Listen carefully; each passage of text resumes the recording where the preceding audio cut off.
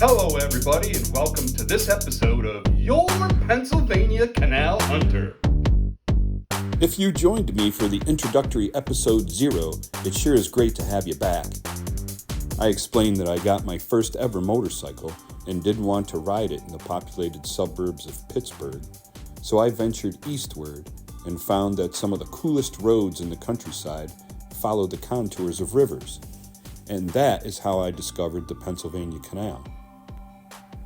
So the two main things I'd like to do in this episode are, first, explain some more about why canals followed rivers, and second, introduce you to so-called towpaths on which mules and horses walked to pull canal boats. Because when I first started showing people footage of canal remnants in the woods, they were like, "I see long banks of dirt with rocks in it." Yeah, that's about all they look like without some orientation to imagine what they once were. We realized we needed some basics to understand what the heck they were looking at, since the things I show have been steadily deteriorating since they were abandoned more than 150 years ago. That's right. They started building the Pennsylvania Canal almost 200 years ago in the 1820s. If you haven't thought about why, remember there were no cars or trucks or even locomotives in the U.S. Stuff got moved by wagons, pulled by mules and horses, unless it could be moved by boat. Canals combined both animal power and boats. And here's something pretty amazing.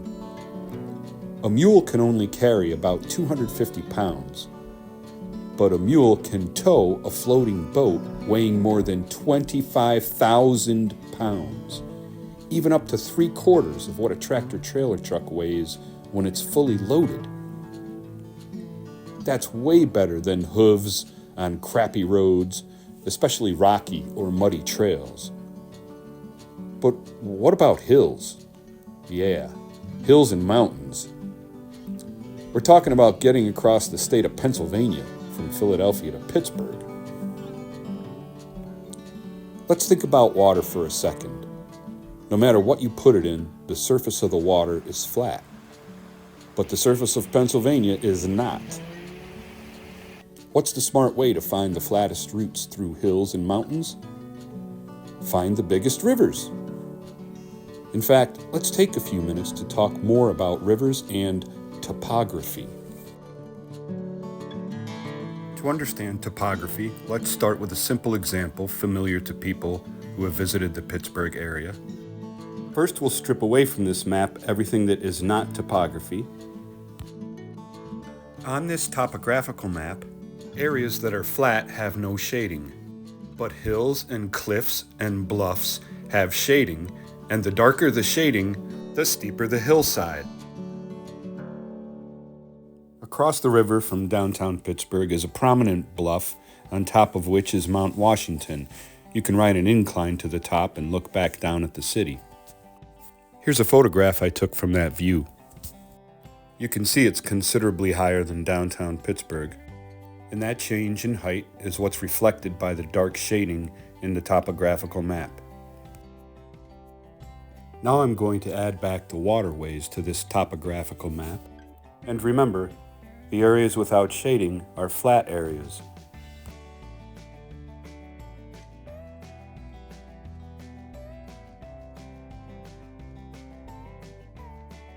The lesson here is pretty simple, isn't it? Water flows down from the hills in the smaller streams to meet the river. The larger rivers are the flattest waterways. They move the most slowly and are surrounded by the most flat land. So if you're looking for roads, canals, or railroads, follow the water.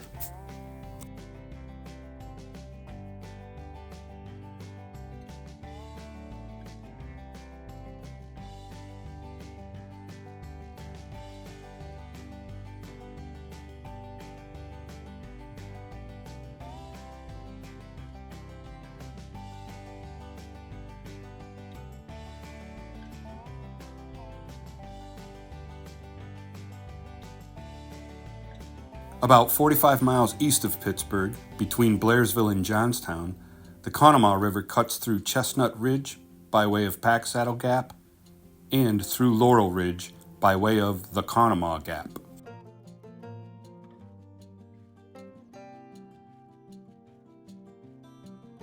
Just so we don't lose sight of our main point here, let me repeat it. Riverways are the flattest paths through hilly terrain. Flatness is our topic. That is why canals, and later railroads, follow the valleys of rivers. Flatness.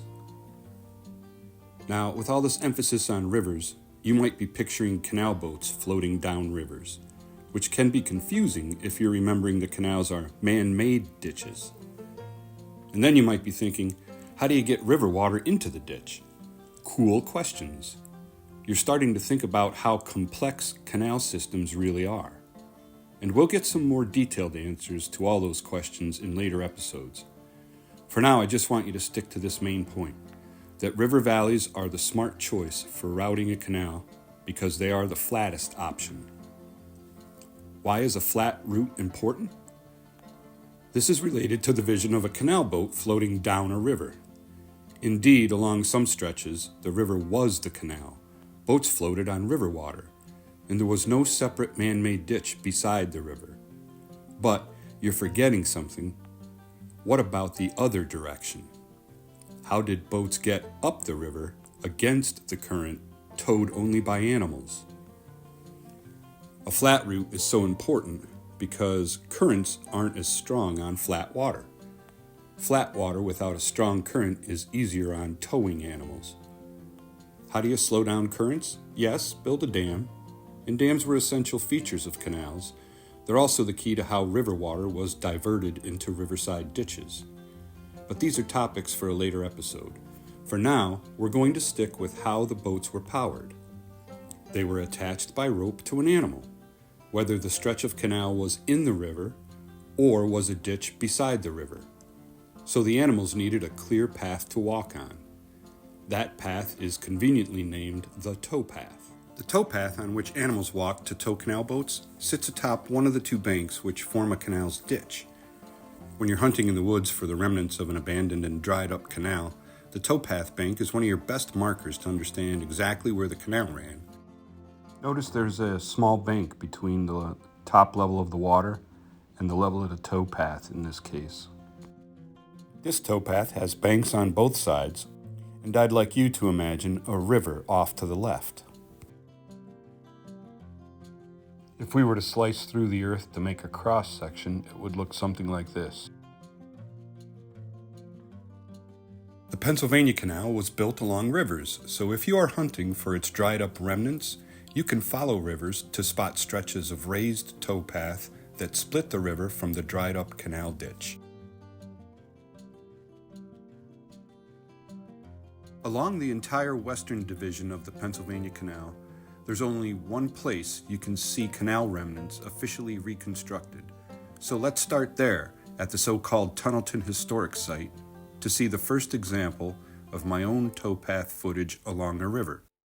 To see some of my footage shot in the wild, we go downstream about 4.5 miles westward to a tiny village called White Station, just east of Saltsburg.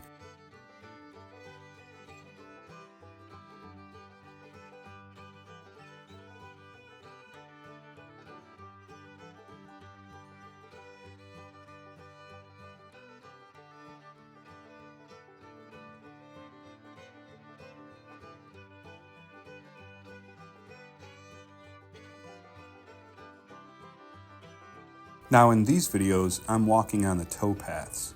But how'd I get to them? In the middle 1800s, railroad tracks were laid along much of the canal route, but most of those were abandoned too. In the last few decades, several organizations have converted stretches of the old path for so-called Rails to Trails programs. So today, many canal remnants can be accessed along trails open for biking and hiking.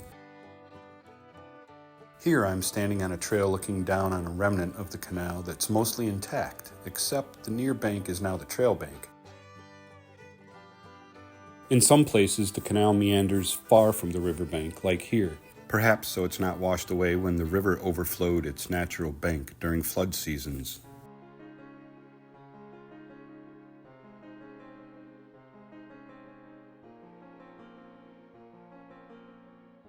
In some future episodes, you'll see how other canal remnants also help you understand where a towpath or canal ditch once ran.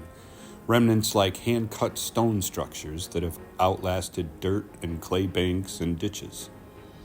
For now, we'll end this episode with a few chances for you to identify the towpath on your own. Enjoy the quiz, and see you on the next episode of Your Pennsylvania Canal Hunter.